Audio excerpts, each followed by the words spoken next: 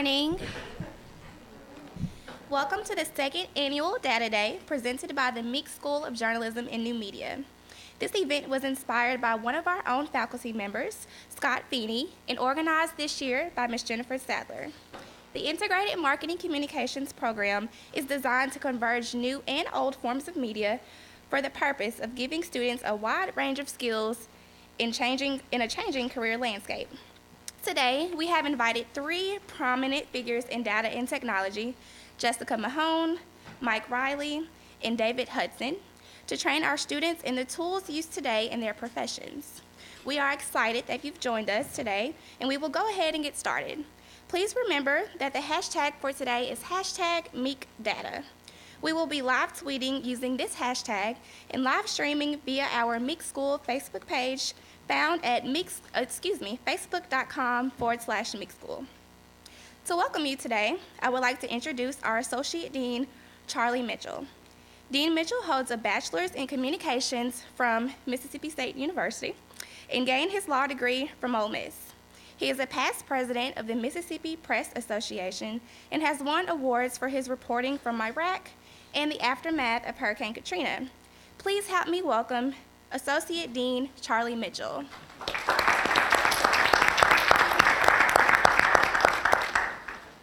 I bring you greetings from the real dean, Will Norton, who is out traveling to raise funds so that we can purchase all these items that you'll be hearing about today. But Dean Norton is very excited about today and very pleased that our faculty work to bring together programs like this. Now, Ms. Sadler calls it Data Day, and Professor Feeney calls it Data Day. So which one is it? We need to know, because we're marketing and journalism professionals. It has to be one or the other, okay, right? How many for Data Day? How many for Data Day? Okay, well, it's a tie. We'll send it to the Electoral College. This is the first time I've seen many of you at 8 o'clock in the morning, so congratulations for being here. We're here every day at this hour, so it's nice to know that you could be with us. Our guests are here. They're going to do wonderful presentations. We're very grateful to them for making time in their schedules, and we hope that it's a very productive day for you as you hear from people who are on the leading edge of this field. So happy Data Day, Day to Day. Either way, it's fun to say. Peace.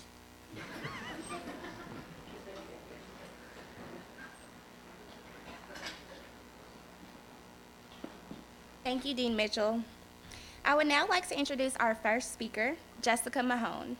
Jessica has a PhD in mass communications from the University of Florida, and her research has centered on content analysis and activism. She is currently a research associate at the Pew Research Center, focusing on journalism and media research. Today, she will discuss content analysis and give helpful tools, so please feel free to take notes. Please help me welcome Ms. Jessica Mahone.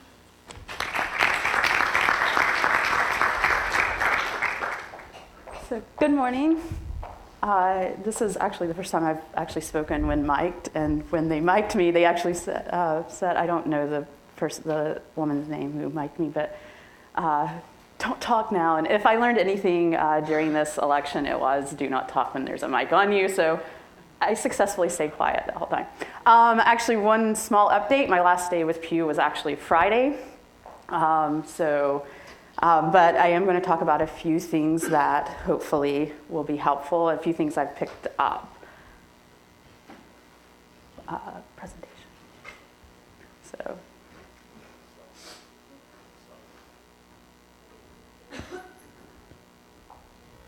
There we go. I was hitting the wrong button. I do not have a PhD in doing slides. That's how my mom would put that.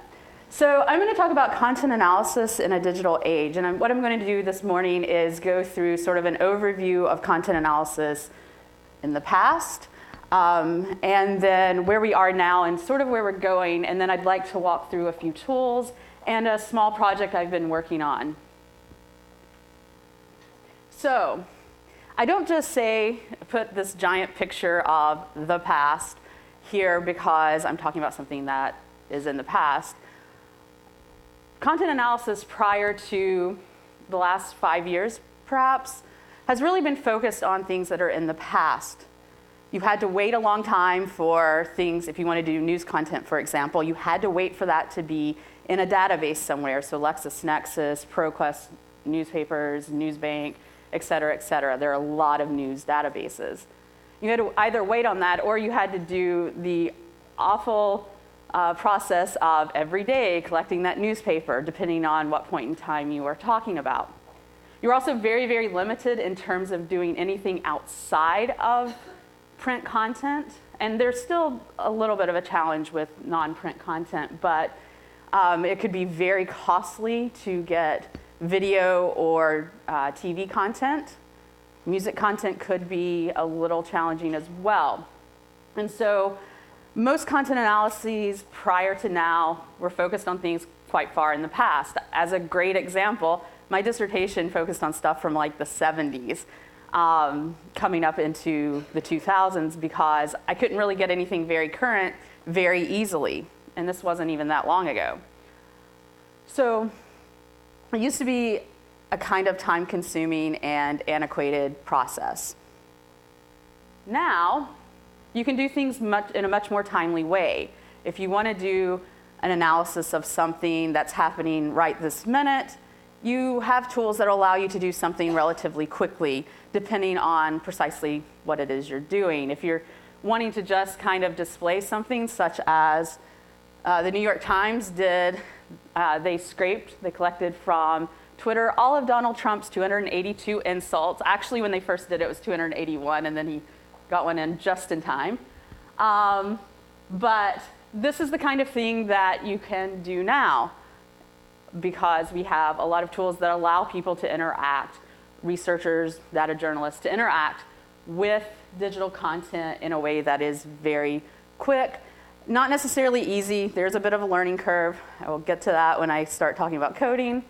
But we now see a lot more of the stuff I worked on in research happening in journalism because of these tools.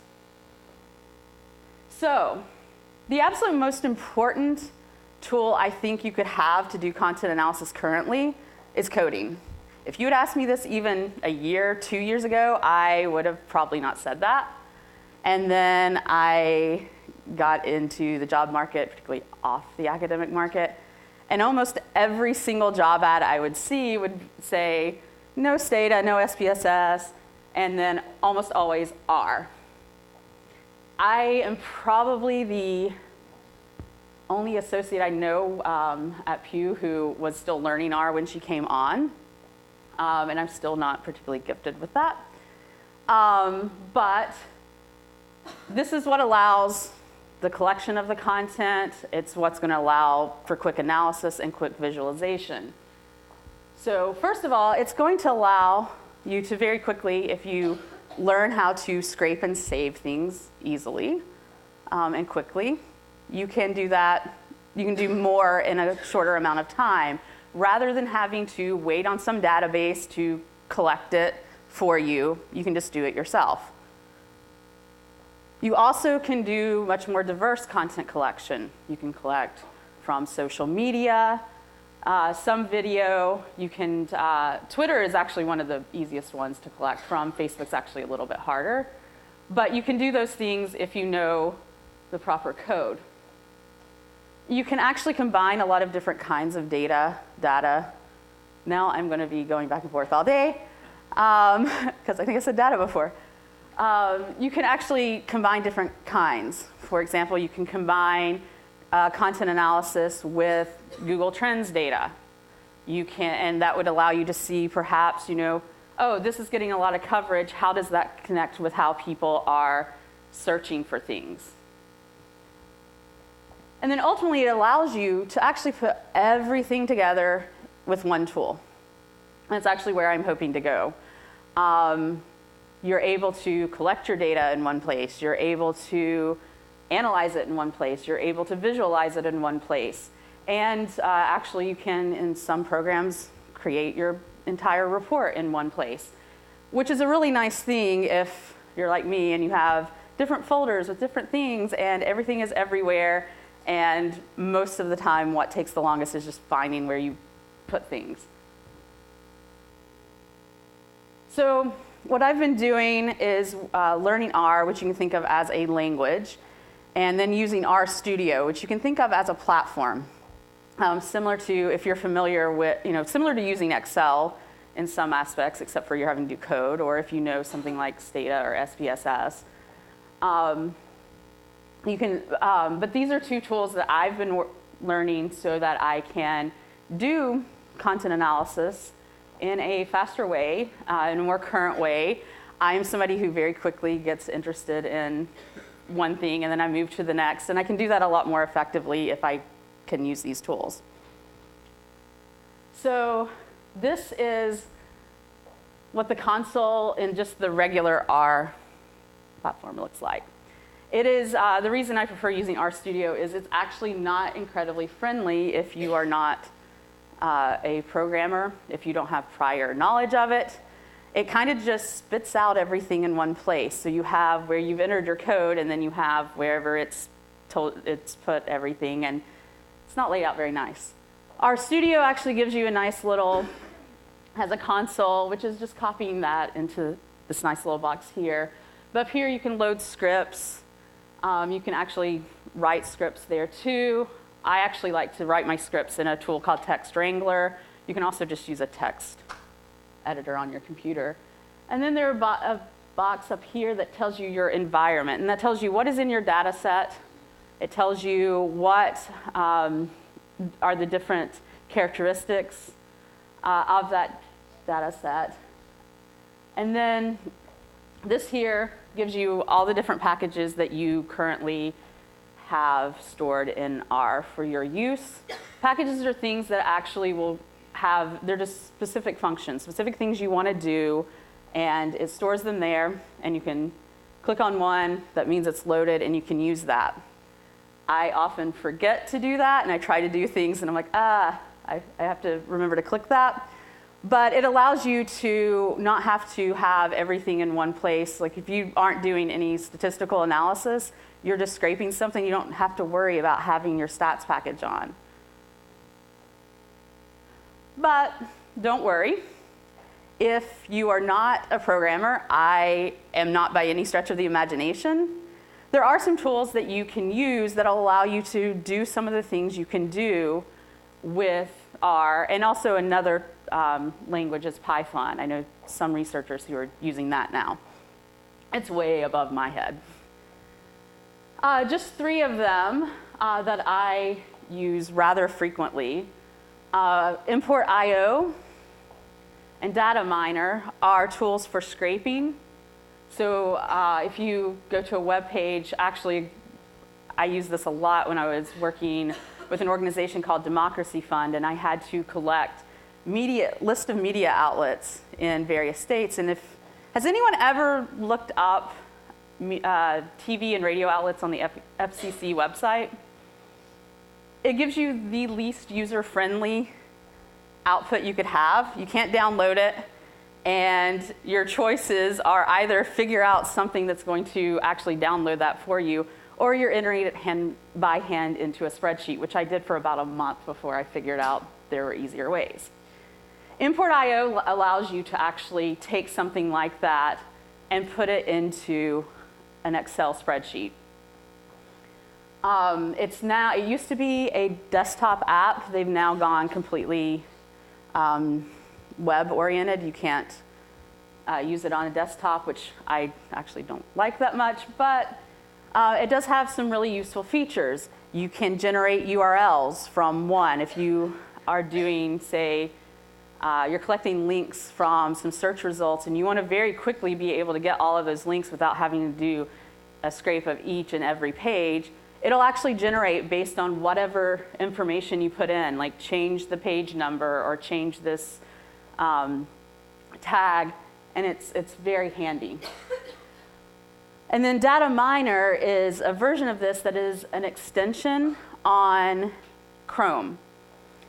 It has some great advantages. It doesn't have any limits. Import.io will limit you to 500 queries a month. I used 435 of those about a week ago, so I have to wait another month before I can do anything with Import.io. But the problem with Data Miner is you have to go page by page. So it's a little bit arduous. It's not completely user-friendly. And then this is Tabula. Tabula will actually take tables from PDFs. I started to say CSVs, but we'll take from PDFs and make them CSVs, which will allow you to work with them in whatever analysis tool you have.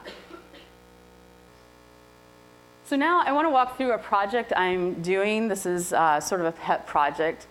So I live in Washington, and I subscribe to the Post. And about a year ago, a little over a year, they started using the Genius tool that is used to annotate song lyrics to allow news organizations and people who consume news online to annotate news. And the Post has made a lot of use of this tool. I think the New York Times has done some too, but because I subscribe to the Post and because sometimes they have some pretty hilarious annotations, I decided I would focus on that. And so this is an example. They annotated all 3 of the debates. They also annotated all of the debates during the primaries, and they've annotated a lot of different interviews and appearances by the candidates. And so this is the story. There's a highlight here. And then there is the annotation, which is that? I can't see quite who that is. There's one person who had some great ones. I was like, oh, is that Chris Eliza? Anyway, so I was actually really curious how they were annotating. Who was getting the most annotations? How much of their content are they annotating during the election? And so this is something that, were it not for these tools, I don't think I would be able to do. And so the first step is to identify the relevant content. And this is where that URL generator in Import.io becomes very, very useful. So I searched for annotated. I'm actually going to do a reverse of this and actually get all of the election coverage rather than all of the annotated coverage.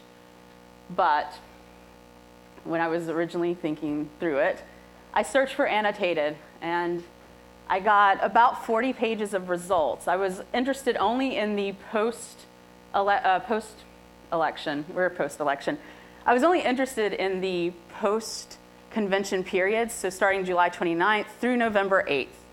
And this was before November 8th, but we'll pretend that it was after. And so I got like 40 results. When I actually went through, I found that I only really needed 10 pages of those results. And so I went into Import.io, and I created an extractor. And an extractor is just pulling exactly whatever you ask it to. In this case, I put in the link for this first page of results. I selected what I wanted. I also started eliminating these different tabs or different things that it decides you might want. I usually eliminate anything I don't want. If I think it might later be relevant, I'll keep it, but I like to keep things as small and restricted as possible. And I really didn't care about much more at this point than getting the links to these stories. And we'll get to why that was the only relevant piece in a moment.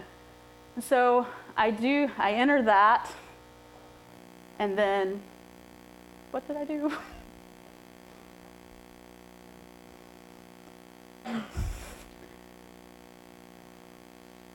I killed it.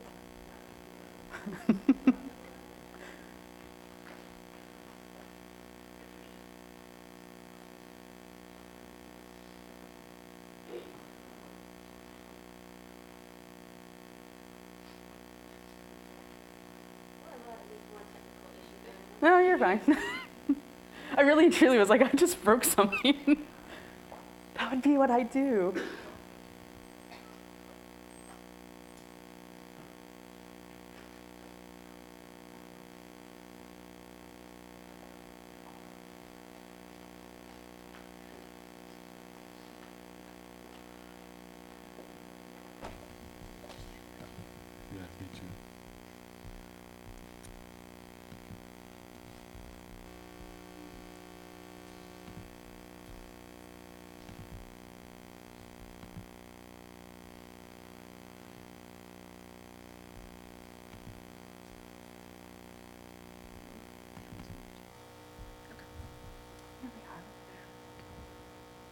So I select the things that I want, and then move forward. Oh, I will go through everything.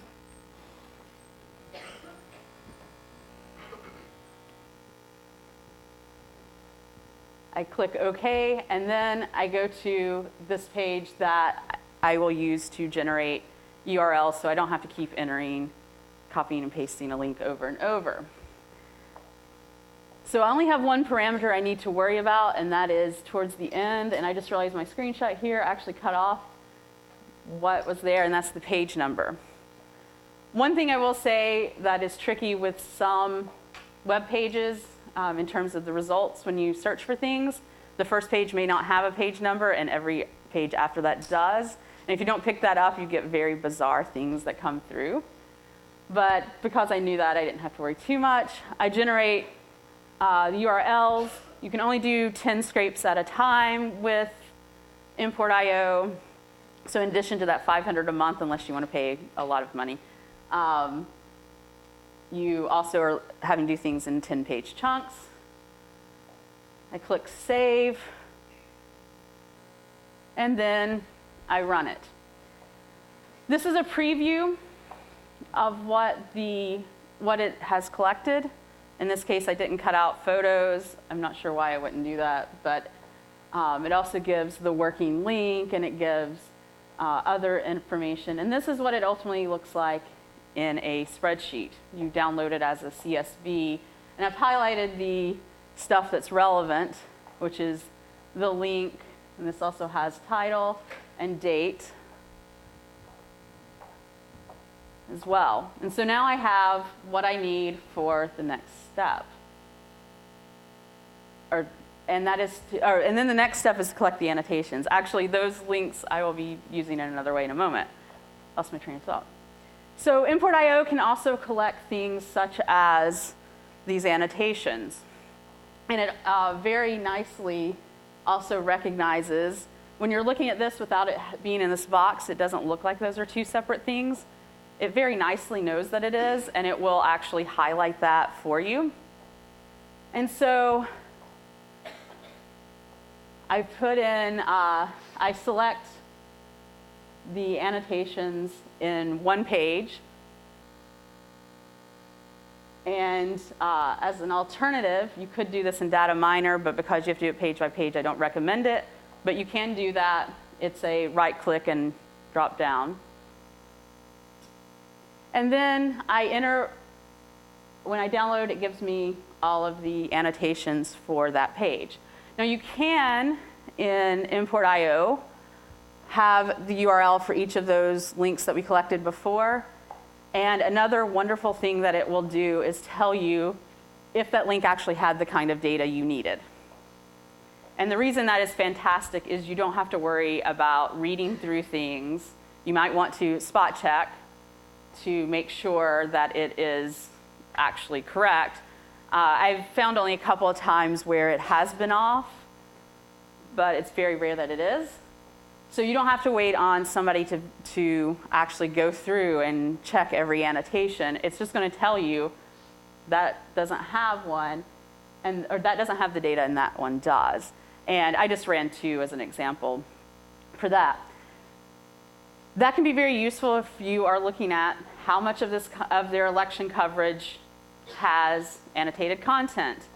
You would very quickly be able to say, oh, this many has no data of that type, and this many does. Excuse me. So the next thing is to gather these articles as text files.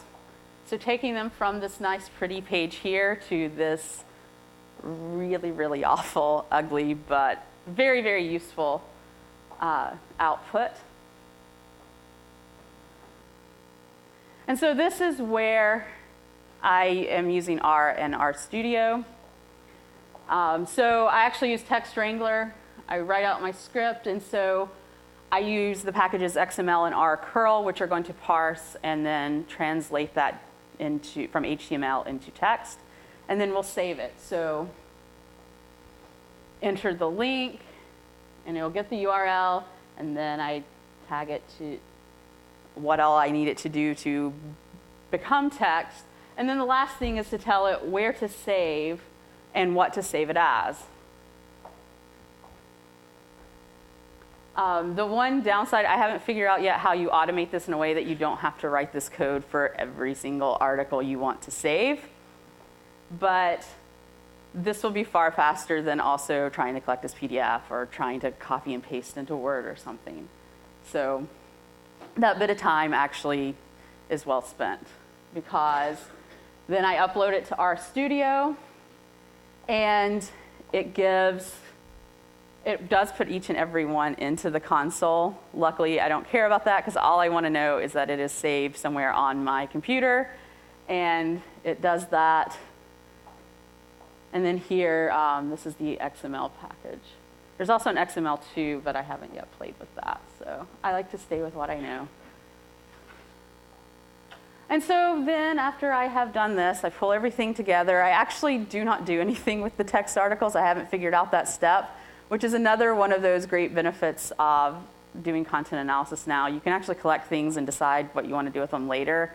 And I'll eventually get around to figuring that out. But did a quick and dirty analysis of annotations. And this is just to demonstrate how you would go about this. So I upload my spreadsheet, and then I have to label it. One of the things that's really tricky and kind of annoying about R is if you want to be able to actually see whatever you upload, you have to give it some kind of label. You have to make it an object. And so I think I called it my data because I just didn't know what else to do. But once you upload, you'll see it pop up in your environment. And here, this is actually for one article. I had 106 observations of 3 different variables, which were the link, the annotation, and I actually went through and labeled who the annotation was about, and then some other third variable that I have forgotten. Actually, it's here. It was the link, the annotation, and then who was the subject of it. So next, I want to go back. I actually asked to do a count for the subject of each annotation, and then I entered how I wanted to display it. And so after I did that, we have, and this is just one article from the debate, and that was the easiest way to do it, because I suspect that when I get to doing this the way I would like, Trump probably actually had more annotated articles in general, and so there are things I have to decide there. But it gives me a nice little table that shows I was able to use the color blue, and who has the most. I will say the one thing I haven't yet figured out is how to actually put this in the order of, so that Trump appears first, because that just looks odd. It just does it alphabetically. But this gives us a very quick scan of what that particular piece looked like. So that is where I actually will wrap this up. If there are questions, I am happy to answer them. Yes? So if somebody is trying to learn coding, because I'm guessing just from my students that they don't know how to code. Yeah. But if you're trying to learn, what kind of resources? So there are actually a lot you can use. So there's Code Academy, which you can use to learn Python. To learn R, you can use, once you download R in RStudio, there's a package called Swirl. And Swirl allows you to use R within R while you're learning so that you're not learning on some external environment that's not going to mimic what you're actually doing. One of my biggest sort of complaints about some external tools is you're not actually dealing with the interface that you would use regularly. So that's actually what I did initially. The downside of that is after our swirl, you kind of are like, I don't know how to actually do much with data at this point. And so for me, I just took a dive in I took my dissertation data, converted it to CSV, and was like, I'm going to figure this out. And I did that. Not everyone, I realize, has dissertation data lying around, but R actually has some packages in that are native to R that will allow you to play with data and actually do analyses. So the other two resources that are really good for that are actually just Google whatever it is you want to do. And that'll usually take you to one of two places, either GitHub, where people actually create code and then post the scripts for people to use, and there's a certain way of citing them so that they're getting proper credit for their work. And then there's also Stack Overflow, which will usually give you, you'll see where people have had Q&As and they've asked questions about, how do I do this? Or I'm having this problem, and that's a really excellent tool. Another resource I've used off and on is Coursera. There is a data science certificate program that if you don't want the certificate, you can do for free from Johns Hopkins that you can actually take a couple classes there and learn as well. Yes? Yeah? I have a question about election polling. Yes. Have you ever been involved in that? And what's it like, I guess, to be in that? And then kind of the second part of that is, do you have any commentary on what the heck went wrong?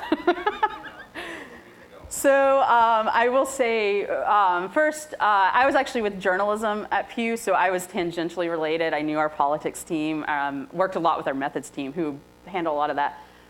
Pew actually didn't do horse race analysis. They decided I say they because it happened before I was there. The decision was made that we should back off from doing that and look at underlying relationships. That said, the industry as a whole is pretty stunned with how far off they were. And Wednesday was sort of a double whammy for a lot of us in Washington in general, but in my field specifically, where it was kind of like, oh, I'm not sure how I feel about this outcome, and we failed. So how do we fix it? So I have a lot of different theories personally about what happened. One of the ones that I think, I just keep coming back to it. A few months ago, 538, which is a great podcast if you're interested in data and you're interested in politics specifically, they had an episode where they actually talked about and ridiculed a Trump strategy, which was targeting low propensity voters. These are people who hadn't voted in 10 to 20 years, people who we might call them the alienated. They might have a lot of political opinions, but they actually are not going to go vote. They don't feel like they connect to the system. And they would not be picked up by any likely voter model. Like if you're estimating who your likely voters are, people who haven't voted in 20 years are not your likely voters because they don't vote. And so I do think that played a role. I think there might have been a shy Trump vote, but I don't know how likely that is to actually be seen in actual data, largely because Clinton won the popular vote. So I don't know how much of that phenomenon exists. I think the other, and this is something that I've talked to different people about, I think you get a poll from a pollster. Depending on who they're affiliated with, somebody might decide they don't want to respond. If Washington Post, ABC had one of the most prominent polls. If you're somebody who thinks there's a particular bias to media, it may be that when somebody calls you up and they're like, I'm with Washington Post, ABC, would you answer a poll? You're just like, no, not interested. So I think that's part of it. It'll be a while before we know entirely what happened. We don't have, we'll have to wait until voter files are put together and see who exactly was showing up to vote.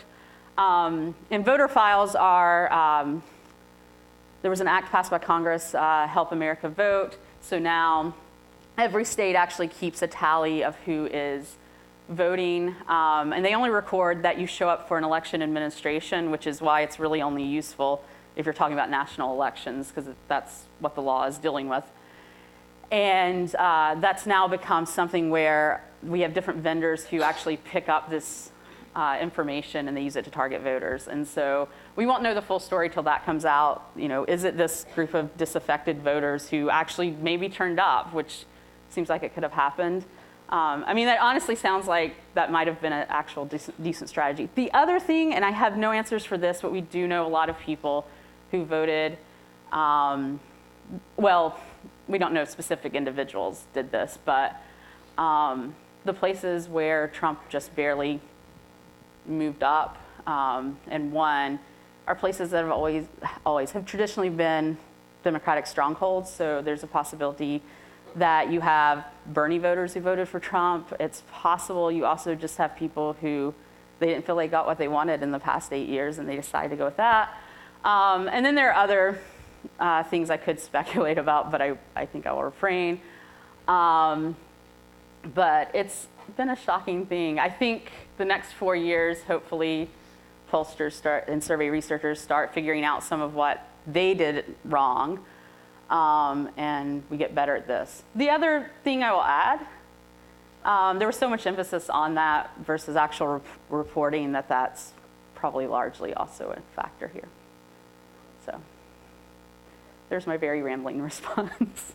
So to get away from that media bias you talked about, Mm-hmm. do you think that, like Washington Post, should they farm their research out to independent Well, organizations so they don't have that kind of So- bias, or what do you do with that? So I'm sure they have actually a panel, have somebody who monitors, and when they call, they probably actually still specify, like I'm calling from whatever organization for Washington Post ABC. That is something that potentially should be looked at. I don't know how far they can get away from it because you also don't want to, that probably within the American Association of Political Opinion Researchers, Public Opinion Researchers, excuse me, I'm pretty sure there's a transparency issue there if you don't identify, so I don't know how they get around it. I mean, it would be great if there were a way. Now, there are some polls that aren't affiliated outright with news organizations, but I don't think they got any closer either. So I don't know of a poll that actually got it right. Even the ones that came close and say they got it right were still off, but I don't know. It's been a really shocking week. Last week was a weird week to be my last week at PU. It was really weird and sad.